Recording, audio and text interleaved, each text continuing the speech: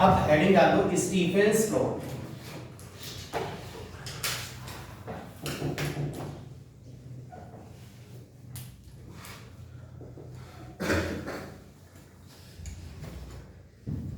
पहली चीज, सिर्फ परफेक्ट ब्लैक बॉडी के लिए वैलिड है ये लॉ। उन साहब ने सिर्फ परफेक्ट ब्लैक बॉडी के लिए ये लॉ बनाया और उसमें भी क्या निकालना सिखाया, heat energy radiated per second पर unit area by a perfect black body. बात ठीक है, तो लिख लो इसको।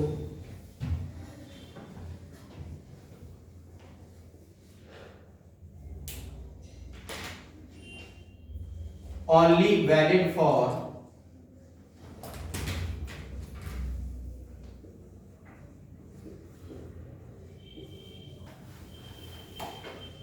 परफेक्ट ब्लैक बॉडी, और बार बार डिनोट करना है तो PBB। And according to that law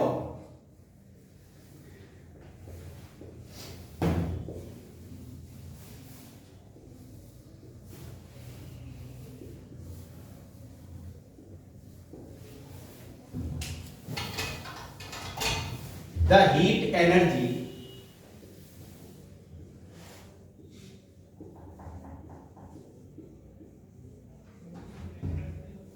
radiated per second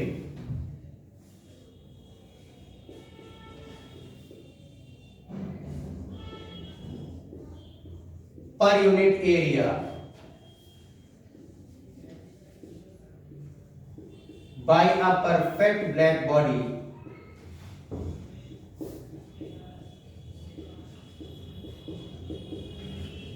is directly proportional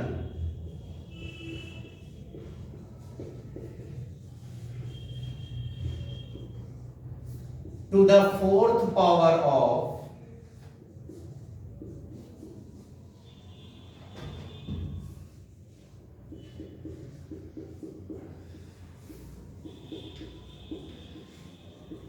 its absolute temperature।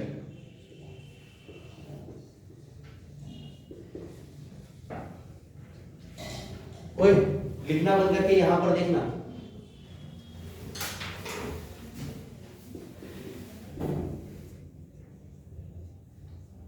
देखो देखो यहां देखो, ये पढ़ो जरा, heat energy radiated per second पर यूनिट एरिया, इसे किससे डिनोट कर रहे थे, ई से, और किसके डायरेक्टली प्रोपोर्शनल है, fourth power of its absolute temperature. तो इतना आसान है, E is directly proportional to T की पावर 4, केल्विन में रखना है टेम्परेचर। तो जब मैं ये लिख रहा था तो यार मैं रट के थोड़ी ना आया था इसको, मुझे ये फॉर्मूला मालूम है पहले से, E is equal to sigma T की पावर 4, सिग्मा अभी प्रोपोर्शनलिटी कांस्टेंट आ जाएगा, तो मैंने वहीं से लिखना है, यही इसका स्टेटमेंट है। पहले मैंने कैपिटल E समझाया, heat energy radiated per second पर unit area directly proportional to T की power 4, fourth power of its absolute temperature, और यहां कांस्टेंट यूज करते हैं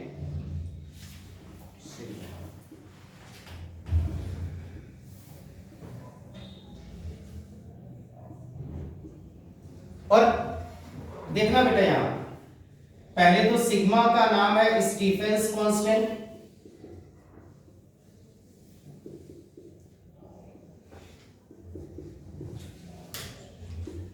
इसकी वैल्यू होती है 5.67 इंटू 10 की पावर -8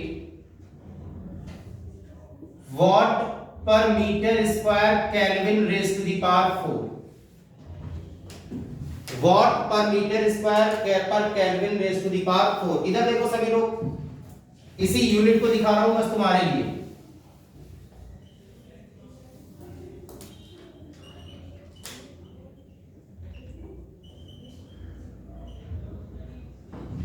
एक्चुअली सिग्मा क्या लिखा जा सकता है, E is equal to sigma T की पावर 4, यानी E की जगह पर क्या आ जाएगा, Q upon A T,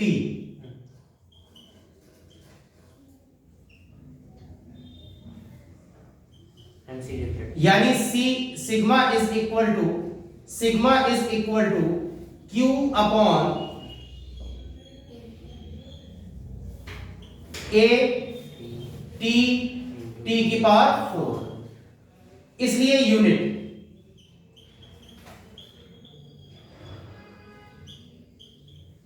Q energy है joule, area metre square, second kelvin raise to the power 4, और जूल पर सेकेंड वॉट होता है,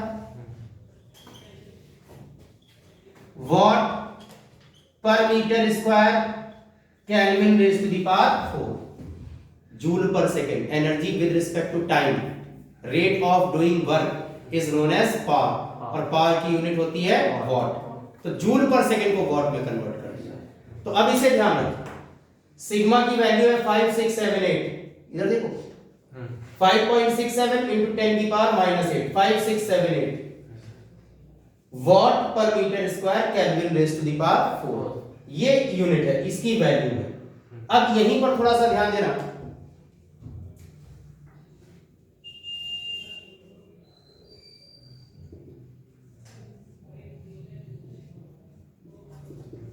E is equal to sigma T की पावर 4 है, यानी Q upon A T is equal to sigma T की power 4 है। तो अगर कभी पूछा जाए पावर रेडिएटेड,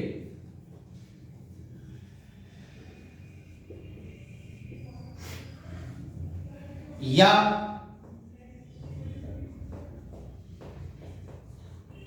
एनर्जी पर सेकेंड, यानी Q अपॉन टी आपसे पूछा जाएगा, तो इस कैपिटल A को भी उधर मल्टीप्लाई करो,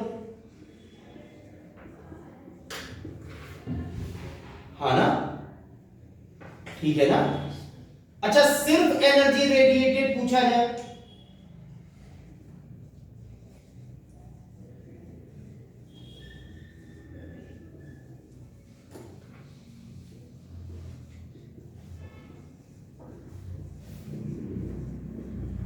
तो एरिया इनटू टाइम पूरा का पूरा इधर ले, टाइम भी उधर कर दो, जैसे तुमसे 2 मिनट में पूछे, 3 मिनट में पूछे, जैसे वहां उस क्वेश्चन में आगे 1 मिनट में पूछ रहा है तो इनटू 60 कर देंगे, टोटल टाइमिंग तो है जिस टाइम में रेडिएशन हुआ, बट ठीक है। अब इसी में एक और चीज,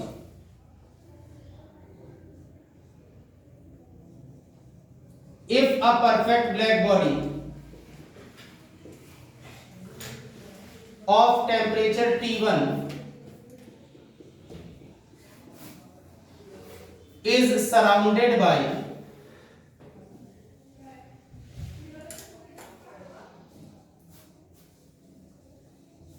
another perfect black body of temperature T2 where T1 is greater than T2, then heat loss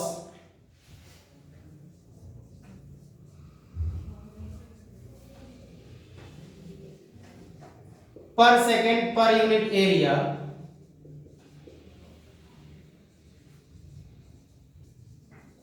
by former body। पहले सभी लोग इस बात को समझो, पहले इधर देखो बेटा, ये स्टीफेंस लॉ तो बस इतना ही है, ठीक है, बाकी ये तुम्हारे लिए इंफॉर्मेशन है न्यूमेरिकल्स के लिए। अब यहां पर मेरी बात ध्यान से सुनना, एक परफेक्ट ब्लैक बॉडी को दूसरी परफेक्ट ब्लैक बॉडी ने घेर कर रखा है, एक परफेक्ट ब्लैक बॉडी को दूसरी परफेक्ट ब्लैक बॉडी ने घेर कर रखा है, और इसमें टेम्परेचर ज्यादा है इसका, अंदर वाले का, इसका कम, तो हीट लॉस कौन करेगा? जो पहले वाली है T1, जिसका टेम्परेचर ज्यादा है। तो यहां से हीट लॉस नहीं निकालना, वही स्टीफन वाला फॉर्मूला लगाना है, उसने पूरा कहा हीट लॉस पर सेकेंड पर unit area by former body. तो यहां फॉर्मूला होता है delta E is equal to sigma T1 raise to the power 4 minus T2 raise to the power 4।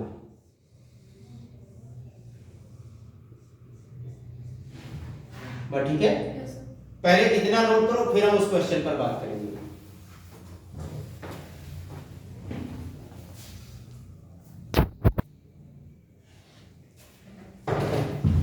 अब इधर देखो,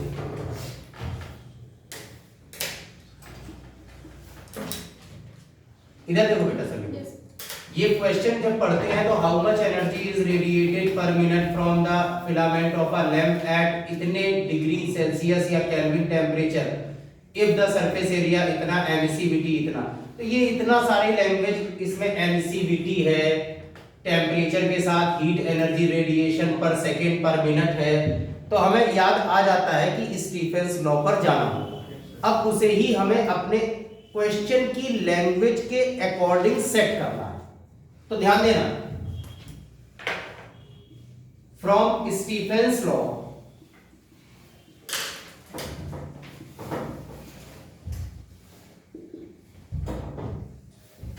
E is equal to sigma T की पावर 4 या Q upon AT is equal to sigma T की power 4, और हमें चाहिए energy radiated per unit time Q upon T। अब यहां ध्यान देना, एनर्जी पर सेकेंड हम निकालते हैं और ये 1 मिनट में पूछ रहा है, तो एनर्जी रेडिएटेड पर सेकेंड अगर निकालना है तो टाइम भी यहां मल्टीप्लाई कर देंगे 60 सेकेंड से, हाँ ना। तो बाकी सब चीजें गिवन है, सिग्मा हमें मालूम है, कैपिटल T मालूम है केल्विन में 3000 केल्विन, एरिया मालूम है 10 की पावर -4 मीटर स्क्वायर, और टोटल टाइम मालूम है 60 सेकेंड्स। ये आ गया heat energy radiated per second, बात ठीक है ना। तो अभी यहां पर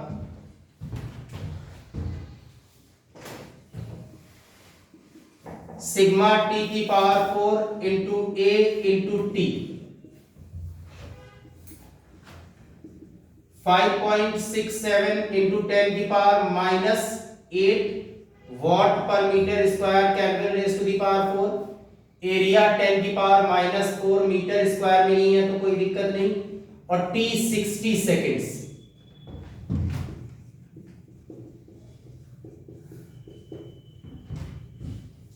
और जब इसे सॉल्व करोगे तो ये आता है 11022.5 जूल।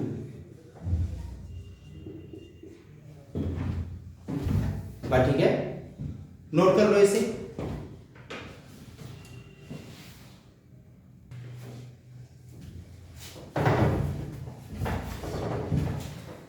ये 3000 की 4 छूट गया था, दोबारा लिख दिया।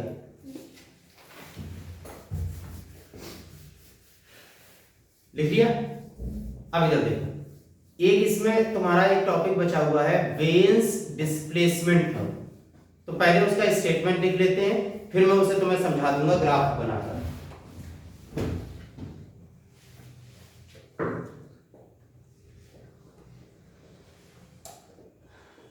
Veins displacement law.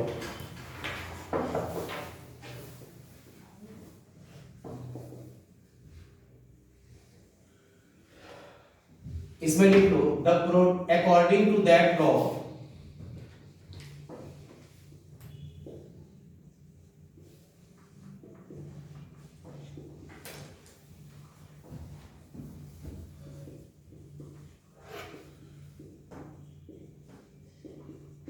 the product of the wavelength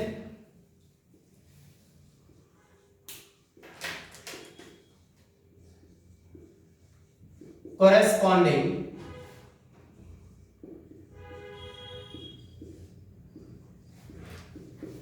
to maximum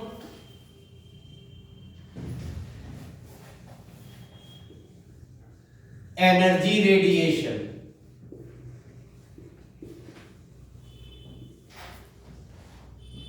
and the absolute temperature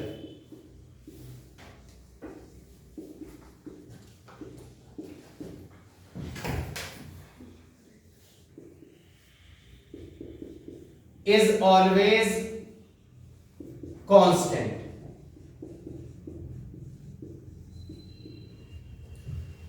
That is lambda m into t is constant, यानी lambda m is inversely proportional to t।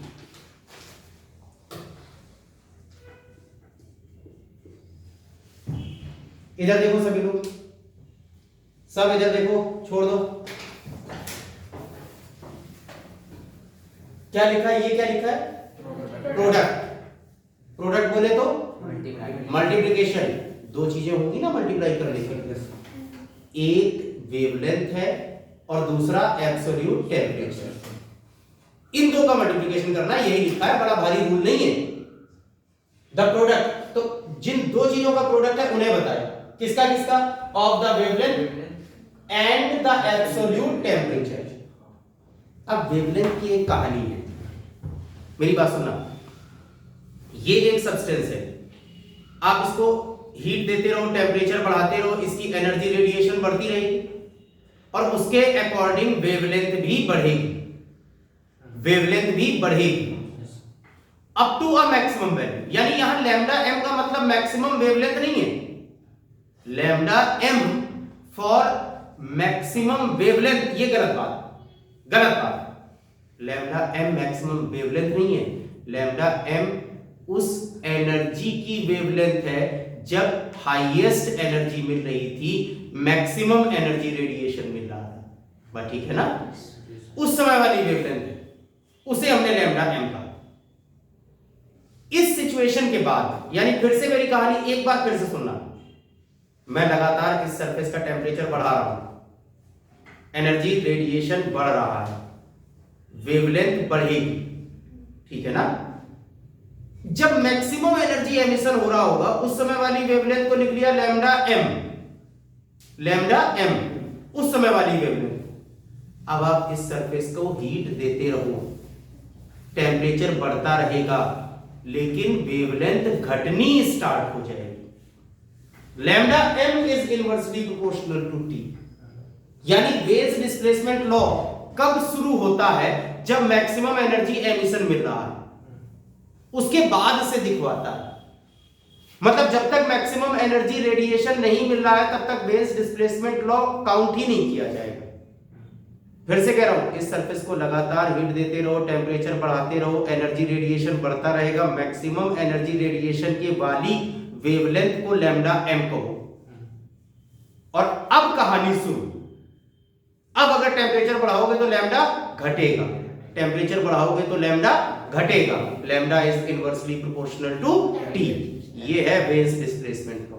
और एनर्जी वर्सेस वेवलेंथ जब graph बनता है,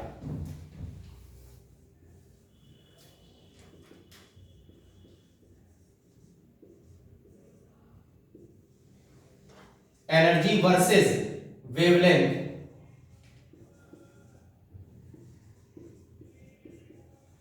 तो ये